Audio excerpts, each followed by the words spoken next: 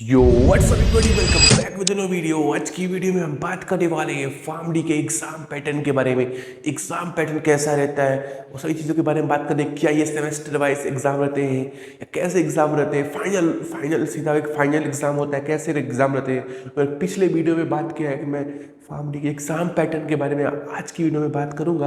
और एक नए सेपरेट वीडियो, आज का वीडियो एक सेपरेट वीडियो है फार्मडी के एग्जाम पैटर्न के बारे में। तो प्लीज़ इस वीडियो को आखिर तक देखिएगा, क्योंकि आज का वीडियो कई लोगों के लिए इंपॉर्टेंट है। क्योंकि बहुत लोगों को एग्जाम पैटर्न के बारे में पता नहीं रहता है कुछ भी, मतलब उनको लगता है सेमेस्टर वाइज जैसा भी हो। तो आज का वीडियो पूरा क्लियरली आपको बता देगा कि एग्जाम पैटर्न कैसा है।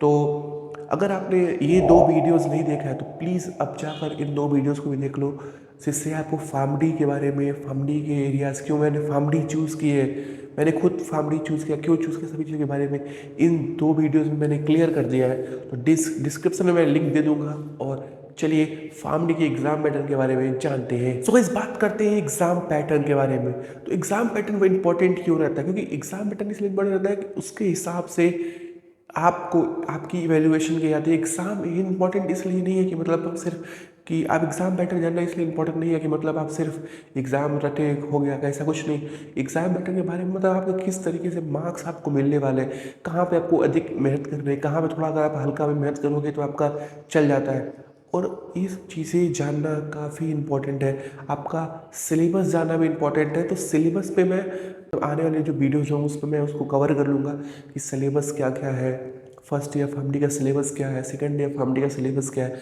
सभी चीज़ें मैं धीरे धीरे धीरे धीरे आने वाले वीडियोस में उसको कवर करते जाऊँगा। बात करते हैं टॉपिक पे। तो एग्ज़ाम पैटर्न जानना मतलब इम्पोर्टेंट इसलिए कि आपका क्लैरिफिकेशन या मतलब इंटरनल मार्किंग कितने हैं, एक्सटर्नल मतलब जो यूनिवर्सिटीज़ एक्सटर्नल जो है वो उसकी मार्किंग कैसे है, वो सभी चीज़ें जानना इंपॉर्टेंट ये है। उसके हिसाब से आप अपनी मेहनत करते हो, उतना एफर्ट देते हो, कहाँ पे कितना कौन सी इंपॉर्टेंट है, कौन सी चीज़ें कहाँ पे इंपॉर्टेंट है, सभी चीज़ों के बारे में आप जानते हो धीरे धीरे। एग्ज़ाम पैटर्न आपका क्या रहता है, अगर आप फार्मडी स्टूडेंट हो या अगर आप फार्मडी लेने वाले हो फ्यूचर में, या फार्मडी स्टूडेंट हो तो आपको ऑलरेडी पता होगा। बट हाँ, जिसको नहीं पता है उसको बता रहा हूँ कि फार्मडी में अगर आप हो तो ये एक मेडिकल कोर्स टाइप का है। क्योंकि जिसमें ऐसे एमबीबीएस में या जितने भी मेडिकल कोर्सेज हैं उसमें जैसे आपके ईयर वाइज एग्ज़ाम होते हैं और उसके पहले आपके सेशनल्स होते हैं, मतलब इंटरनल एग्जामिनेशन होते हैं।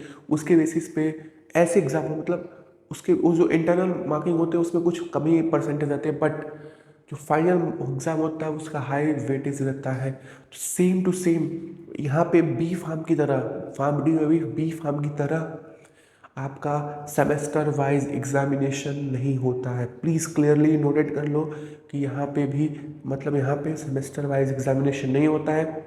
यहाँ पे आपके एग्जामिनेशन आपके आपका पहले तो इंटरनल एग्जामिनेशन होगा जो कॉलेज वाले लेंगे, एंड जो फाइनल होगा वो यूनिवर्सिटी, जिस यूनिवर्सिटी से आपके कॉलेज एफिलेटेड है, या अगर आप ऐसे कॉलेज में हो जहाँ पे आप अगर होता है, अगर ऐसे कॉलेज में हो जहाँ पे आपका मतलब ऑटोनॉमस है, तो फिर वो कॉलेजेस मतलब 70 मार्क्स मतलब उस वो फाइनल मार्क्स फाइनल एग्जामिनेशन ले सकता है। मतलब आपका जो इंटरनल एग्जामिनेशन होते हैं, मेरे कॉलेज में 3 होते हैं, कई कॉलेज में 2 होते हैं, कई कॉलेज में 4 होते हैं, मतलब उसके अपने कॉलेज की एबिलिटी के हिसाब से। लेकिन मैक्सिमम कॉलेज में 3 एग्जामिनेशन मतलब 3 एग्जामिनेशन होते हैं।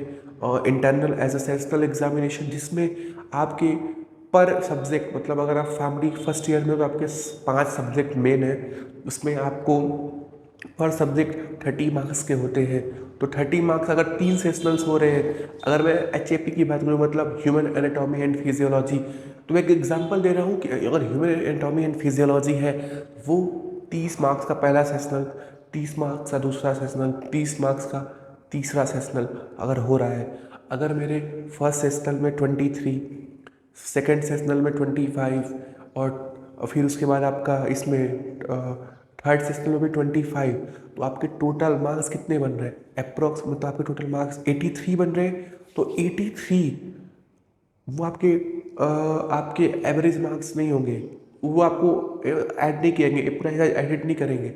83 मतलब यहाँ पे कैसे कैलकुलेशन करते हैं, तो इसमें आपके जो टॉप 2 सब्जेक्ट होते हैं, टॉप 2 मतलब इंटर सेशनल्स के मार्क्स होंगे। अगर मेरा सेशनल 2 में 25 है, सेशनल 3 में भी 25 है, इसको ऐड करते हैं, डिवाइड बाई 2 करते हैं, मतलब 25 मार्क्स मेरे इंटरनल मिलेंगे। मतलब टॉप 2 सब्जेक्ट जो होते हैं वो आपको एज अ इंटरनल मार्किंग आपको एक्सटर्नल के साथ ऐड होते हैं। ऐसे सभी सब्जेक्ट में ऐसा ही पैटर्न रहता है, मतलब जो हाईएस्ट टॉप 2 सेशनल्स के जो मार्क्स रहेंगे उसके एवरेज निकाल कर आपको इंटरनल मार्किंग दिया जाता है। अब बात करते हैं प्रैक्टिकल के बारे में। तो प्रैक्टिकल्स में भी सेम एज इट इज़ रहता है।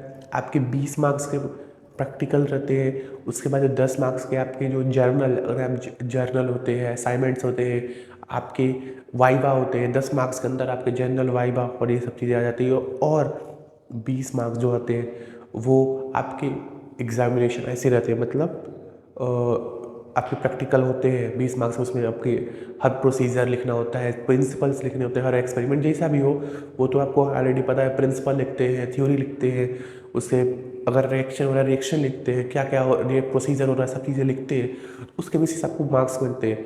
फिर आपके हो गए 20 + 10, जो मतलब 10 वाइवा, जर्नल, ये भी जो भी आपके असाइनमेंट है और आपके जो भी एक्टिविटीज़, उस पर टीचर्स पे डिपेंड रखता है किस बेसिस पे मार्क्स मिल रहा है, वो चीज़ें डिसाइड होती हैं। तो आपके 30 मार्क्स इधर हो गए। तो इसमें भी आपके जो टॉप 2 मार्क्स, मतलब अच्छे प्रैक्टिकल के रिजल्ट होंगे, उसकी एवरेज करते हैं, देन उसको 30, मतलब 30 ही बनेगा आपको।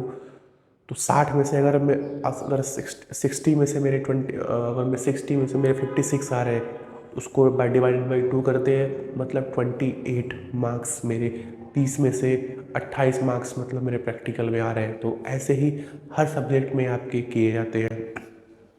अब बात करते हैं एक्सटर्नल के, जो 70 मार्क्स, जो मेजर रहता है, जो मेन फाइनल एग्जामिनेशन रहते हैं, वो 1 साल का, क्योंकि उसमें पूरे सिलेबस एक साथ में आते हैं। तो 70 मार्क्स के वो रहते हैं। वो जैसे अगर हम लोग की बात करें तो हम लोग का जो SPPU का है, मतलब सेक्शन में आते हैं, section A, section B, 35 marks के 2 सेक्शन होते हैं। तो हर अपना यूनिवर्सिटी का अलग अलग रहता है, बट हाँ 70 मार्क्स का आपका पैटर्न होता है, मतलब 70 मार्क्स का एग्जामिनेशन होते हैं।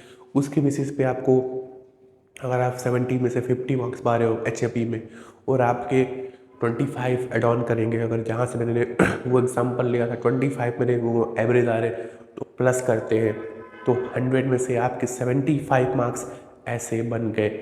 सेम ऐसे हर सब्जेक्ट में रहते हैं, सेम पैटर्न है। मतलब 75 में से 100% मतलब ऐसे आते हैं। उसके बाद जो हर सब्जेक्ट में ऐसे ही आपके मार्क्स मिलते हैं। तो यही है पूरा पैटर्न, और कोई ऐसे चेंजेस नहीं है, सेम ऐसा एग्जामिनेशन पैटर्न होता है। इसमें फर्स्ट ऑफ ऑल कोई भी आपके ये ऐसे नहीं रहते हैं कि सेशनल, मतलब sorry semester wise exam pattern नहीं है, कोई भी ट्राइमेस्टर नहीं है, क्वाड्रेटर, ऐसे ऐसे कुछ पैटर्न नहीं, सिंपल आपके जो ये सेशनल्स होंगे, देन उसके बाद सीधा फाइनल होंगे। मतलब फाइनल इज़ मोर इम्पोर्टेंट, मतलब हाई वेटेज 70% जो वेटेज है आपके फाइनल्स के हैं, और 30% वेटेज आपके इंटरनल मार्किंग के हैं। सेम एज इट, अगर आप बोर्ड एग्जाम, अगर आप CBSE बोर्ड के स्टूडेंट हो तो आपको सेम एज इट आपका CBSE बोर्ड पैटर्न ही है, लेप्रॉक्स इधर भी है। तो फार्मडी का सेम पैटर्न है। अगर आपको इसको प्रूफ में हो चाहिए तो आप प्लीज़ डिस्क्रिप्शन में इसकी PCI का लिंक दे दिया है, आप जाकर वहाँ पर चेक कर सकते हो। आप PCI, अगर आप गूगल में भी डालोगे PCI फार्मडी, आपको पहला लिंक, पहला ही जो वो आएगा वेबसाइट वही रहेगा। आप क्लिक करोगे उसे पूरा एग्ज़ाम पैटर्न मिल जाएगा। और मैं धीरे धीरे आपको सिलेबस के बारे में भी बात करता जाऊँगा, जिससे आपको क्लियरिफिकेंस होती जाएगी। तो आपको ये वीडियो कैसा लगा, और कोई भी इम्प्रूवमेंट की ज़रूरत है प्लीज़, हाँ एक इम्प्रूवमेंट की ज़रूरत है, क्योंकि वॉइस थोड़ा इको कर रहा है, क्योंकि मैं पूरे ओपन रूम में इसको वीडियो को शूट कर रहा हूँ, तो थोड़ा सा वॉइस इशू हो रहा होगा, थोड़ा इको कर रहा होगा। मैं कोशिश करूँगा इसको इम्प्रूवमेंट करूँ। तो चलो मिलते हैं नेक्स्ट वीडियो में, तब तक के लिए ओके बाय। जय हिंद, जय भारत, वंदे मातरम।